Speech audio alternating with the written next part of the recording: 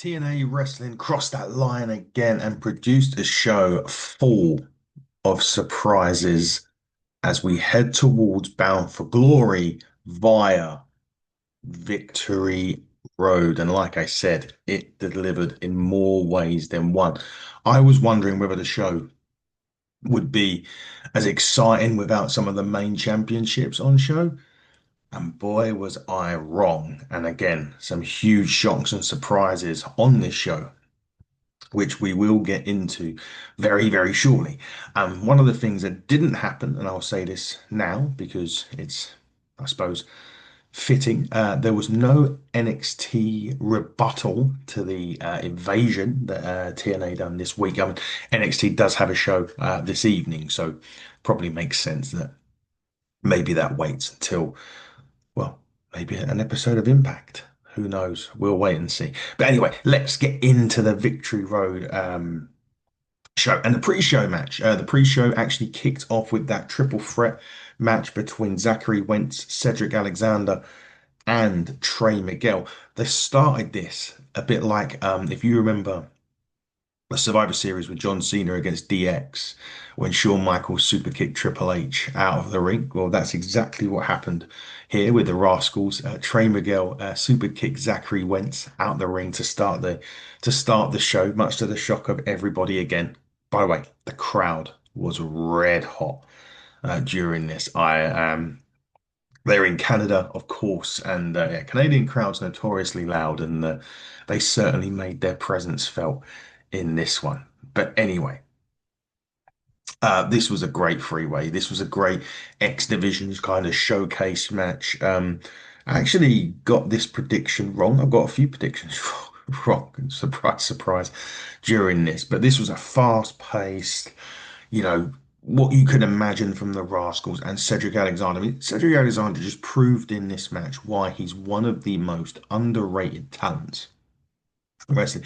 It wasn't a particularly long match, went less than 10 minutes, like quite a few of the matches, to be honest, on the show. But Cedric Alexander showed why he is just so extremely talented. You know what you're going to get a lot with the Rascals, lots of high flying, lots of excitement. And this made this sprint of a match just, really, really work with these three guys.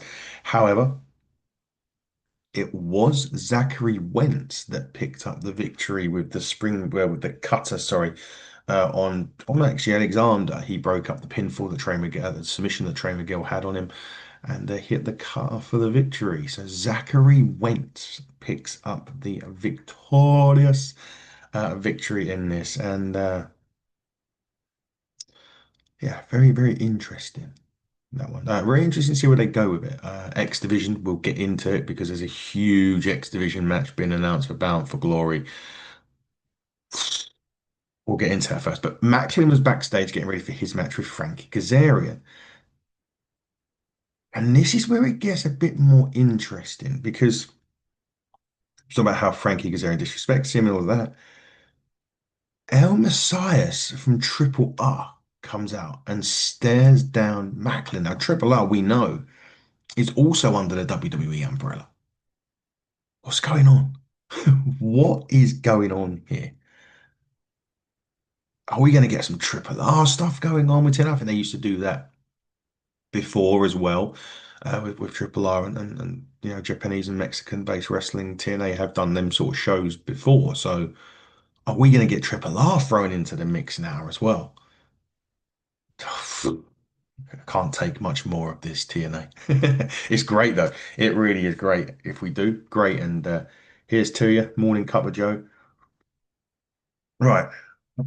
Bearing in mind, Victory Road went off the air about 3 hours ago, so it's very, very, very tired.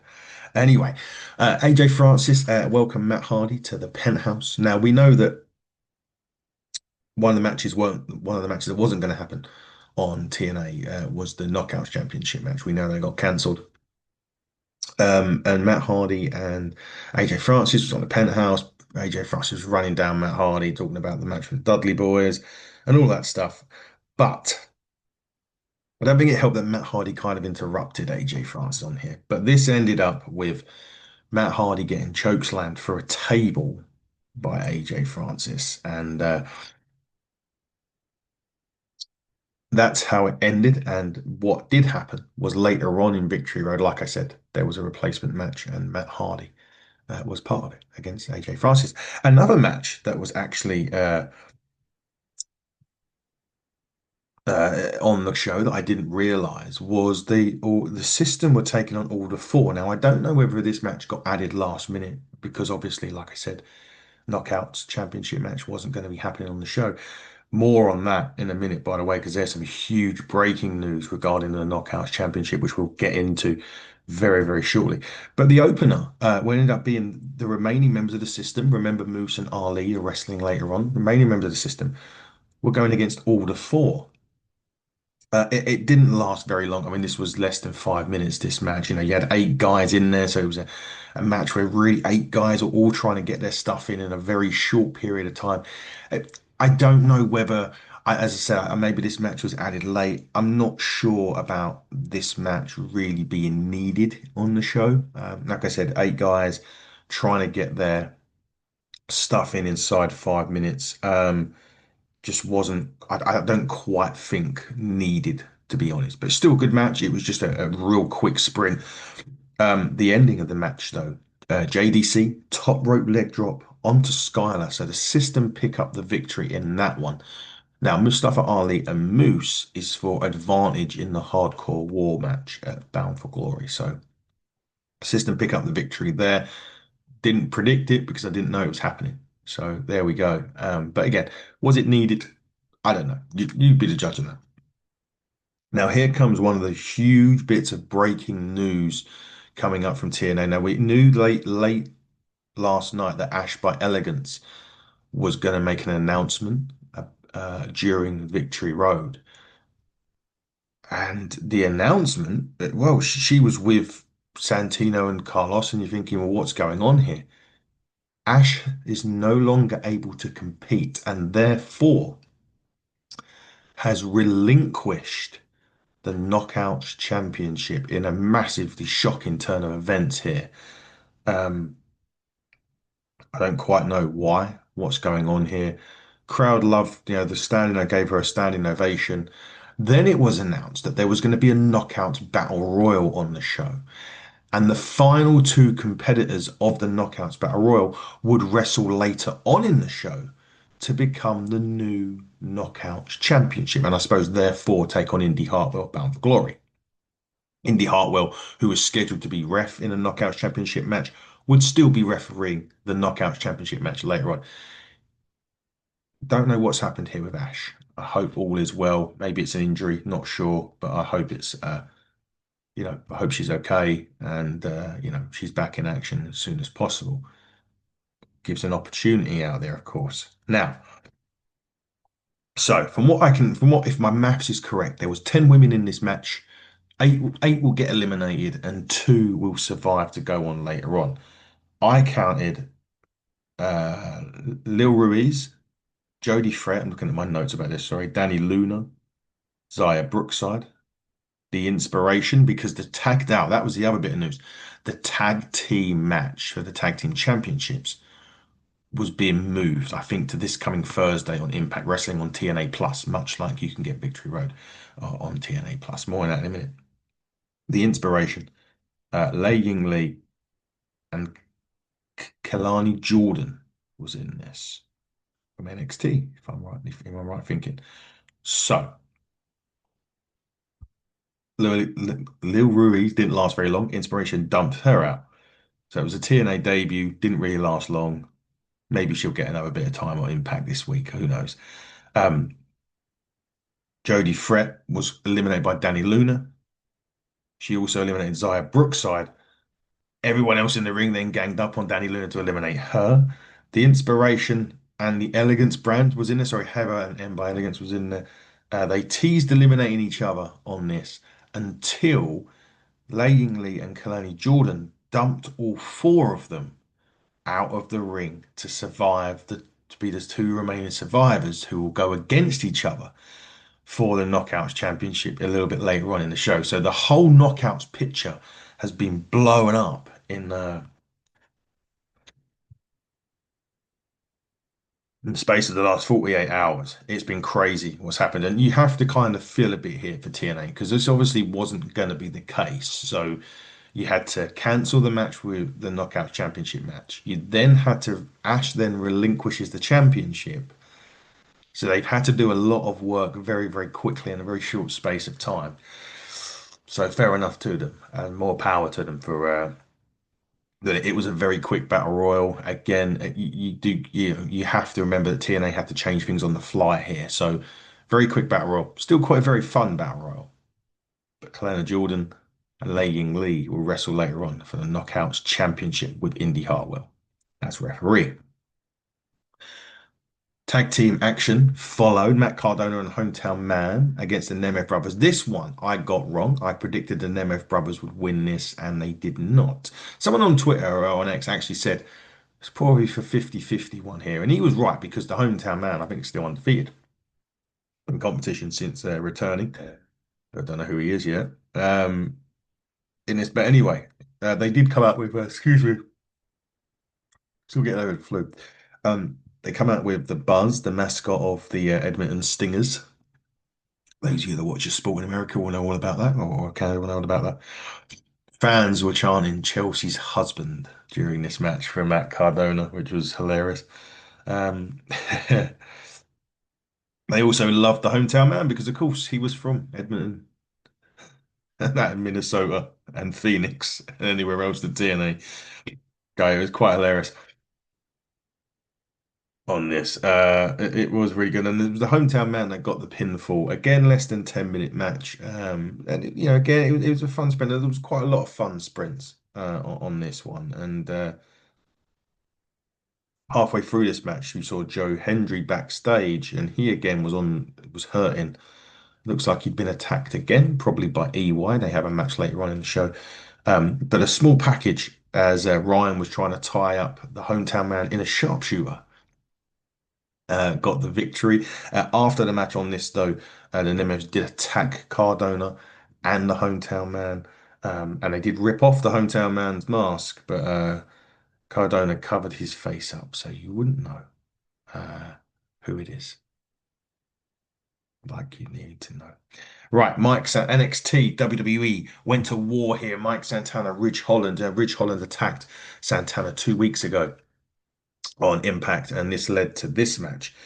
Really good promo from Santana to start this. And, like I said, this is showing you why Santana is the man in TNA. And I can't wait till he gets that championship around his waist because he is so good. Everything about him right now, he's on fire right now, and he's really showing why he should be. The TNA should strap that title to his back and let him take that company forward. He's brilliant. Anyway, the match itself, it was a hard hitting contest, really hard hitting. Again, less than 10 minutes, which was quite a surprise. But they went at it, these two. And, Ridge Holland gets a lot of stick. There's a lot of people blaming him for the Big E stuff, and it's not his fault. Like, these things happen. It's wrestling. You take risks every time you step foot in that ring. But I do hope to see more of Ridge Holland on TNA. I feel that right now in WWE he's kind of floating, and this match, he kind of just done this out of nowhere as well in NXT. There was no real sort of thing for him to do it. So I would like to think that Ridge could get a run in TNA. To be honest, I think he's been on Evolve recently in WWE, but he's good. I mean, there's no doubt about it. He is actually good, and yeah, one mistake doesn't always it shouldn't be the end of somebody. And this was again, this was a big sprint, hard hitting sprint by both guys, but it was the spin the block from Santana that picks up the victory. I didn't think anything else really, to be honest, was going to happen here because um, it was mainly going to be Santana had to pick up the victory because going to Bound for Glory to face the champion, you couldn't really have Ridge pick up the victory in this. But after the match, although Ridge did have a great showing in the match, but it was after that. Um, Trick Williams attacks Mike Santana. So at the end of this, got a beat down. The crowd love it, and this is another thing about Santana. The crowd are love the guy. They absolutely love Mike Santana, and this is another reason why you just have to, you know, you got to put that title on him. They have to put the title on Mike Santana. There's no reason for them not to put the title on Mike, and he's he's just brilliant. Mike Santana is just brilliant. I think that he's got every opportunity now to really cement himself as a world champion. And if TNA have, surely TNA will put the championship on Mike Santana at Bound for Glory. Surely he'll be the one to dethrone Trick Williams. I hope he does because there's a lot of stuff that there's a lot of the main championship is still on NXT right now. That's the big thing, and you know. I don't know. These two went at it, but like I said, that was pretty much it for the TNA WWE TNA war on Victory Road. Like I said, No Mercy is tonight for WWE, so I'm pretty certain there was reasons why that didn't happen. And that was probably why travel. We can't, you don't really want your guys getting caught up in any travel issues that are on the card tonight. No Mercy. So. Yeah, very, very interesting. What's going to happen? I'm looking forward to seeing what happens next with TNA and NXT because that is a war. And now, if you think about it, Triple R could also be in there as well. It's a very interesting time. Triple R. Yeah, it's going to be interesting. Going to be interesting. But anyway, right, let's get on to the next match. Matt Hardy got cleared at this point, by the way, to compete against AJ Francis in a tables match later on in the show. Tables match, by the way. Later on in the show. Right. Mustafa Ali and Moose was next. This was brilliant. This was a kind of match that had everything hard hitting, fast paced. You know, Moose proving again why he's one of the MVPs in TNA wrestling. And this was also for advantage in the hardcore war match at Bound for Glory. This was you know, in terms of if this was an X Division match, you would be going crazy how good it is. This was so good. And I still think Moose doesn't get the credit he deserves in wrestling. He is so much more than just a big man. And I've said that so many times in this. He was taking a lot of moves during this, Canadian destroyers and everything like that. This was just brilliant. Ali delivered like he's always delivered for TNA. He must be someone that perhaps TNA may look at for the World Championship as well later on down the line. Again, this was a great match. Probably one of the first matches that went over 10 minutes in this. Big spear from Moose in this match as well, by the way. Huge spear for this. However, um, Ali hit the fifth 450 and Moose stood up from the 450. And then the dancers that were outside and on the ring got into the ring apron, or Ali's dancers, shall I say, that were on the outside, got up on the ring apron to distract the referee. And one of those dancers happens to be Tasha Steelz. Of course, it does. She low blows Moose, and then another 450 from Mustafa Ali picks up the victory and earns the advantage for the hardcore war match at Bound for Glory. What a great match. Did the ending kind of spoil it a little bit?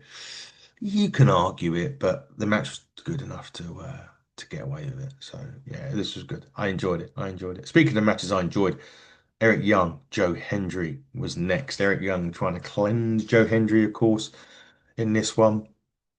Over the last few weeks, he's been trying to cleanse Joe Hendry. We thought perhaps Joe Hendry wasn't going to be able to compete. He was because he got attacked earlier on in the night.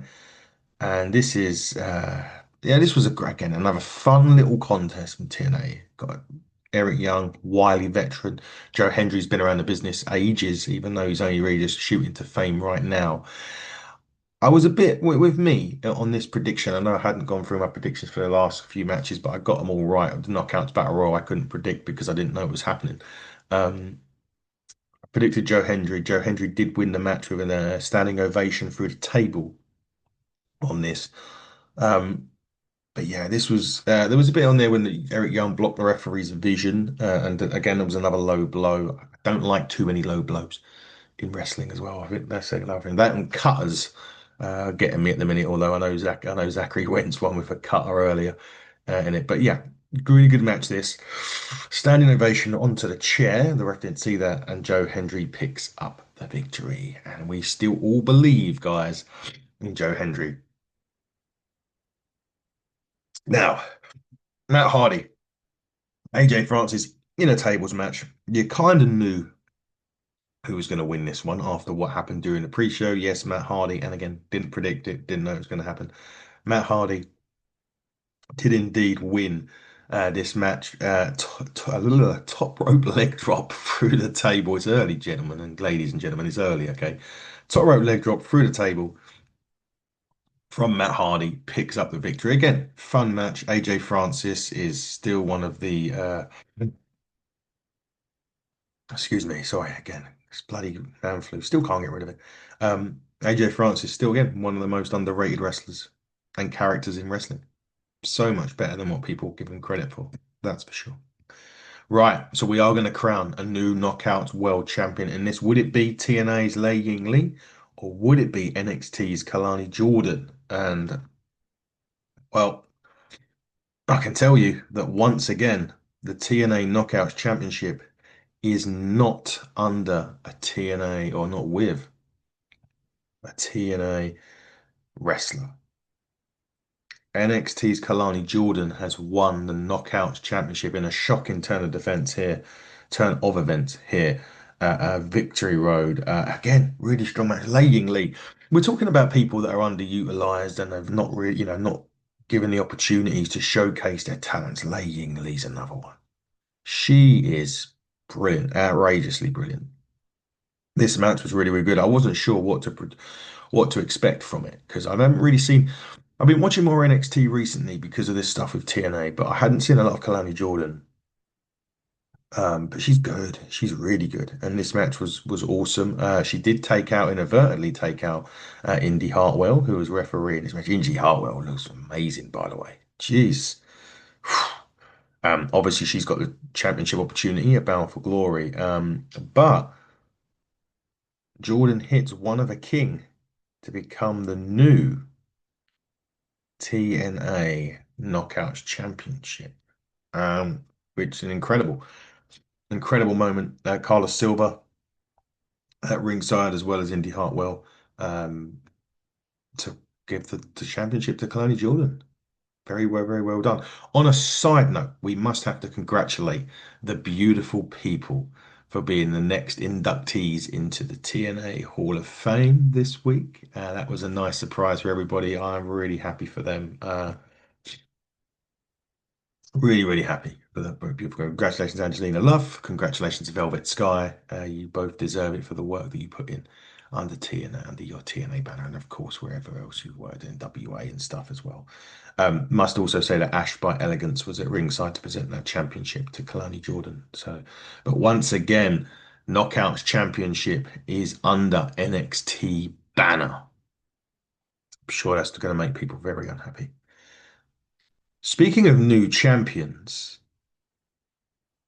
Frankie Kazarian beat Steve Maclin for that championship, not without some controversy.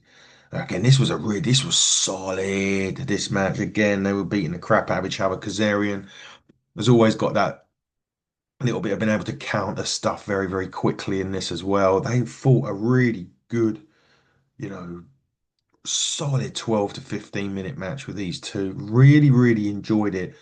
We saw earlier on El Macias come out when Steve Macklin was being interviewed. He gets involved and stares down Macklin again, causing the distraction for Kazarian to hit a slingshot cutter. God, I hate cutters right now. But the slingshot cutter was enough to get the job done on Steve Macklin and become the new international champion. And to be fair, and I don't mean this, Steve Macklin loved him as champion, really did. Um, but if you're going to lose it to anyone, Frankie Kazarian's the man because he has been great for TNA over these last couple of years. He's solidified himself as the king of TNA, and now he's got a championship to back up. And I actually think when we interviewed him recently, and big thanks to TNA for that, that he did mention about the International Championship potentially being a stepping stone to the World Championship. Now he's got it. But El Macias and Maclin, I've got a feeling that's going to Bound for Glory. Or maybe they're going to do another Worlds Collide. And it's going to go there, but it's made things a lot interesting. What a great match that was, by the way. What a great match. Main event time. Leon Slater, Myron Reed, X Division Championship. Unbelievable match. This was incredible. Main event fitting. To be fair, if you put this on first, you got to get the card to follow it, and it weren't going to be easy. These two absolutely over. Say you was expecting a fantastic match, and they still over delivered on that. It was outrageously good. These two, they're flying around everywhere. They're just you just watch it. Just go get yourself TNA Plus. Watch this match. It was unreal. Um, the only thing I would say was I didn't think that Myron Reed was going to win the X Division Championship, and I was proved right. The springboard of the Swanton 450 from Leon retained. It was just an incredible match. But just when you think that TNA can't, that match, TNA Leon Slater can't get any better. They announced Leon Slater's opponent at Bound for Glory, everybody. And I will, whoever has to follow this match at Bound for Glory, good luck. It's going to be Leon Slater one-on-one with Javon Evans. I'll leave you to enjoy your weekend on that bombshell, but make sure you get the TNA Plus app. Make sure you download it. Make sure you subscribe. And make sure you watch Bound for Glory on October the 11th or 12th. Ooh, got that wrong. I mean, it's October the 12th. Make sure you watch Bound for Glory on October the 12th. We'll be back with some more stuff on the podcast in the next few days. But until then, everybody, go and watch Victory Road if you haven't done. Have a good weekend and stay safe, everyone.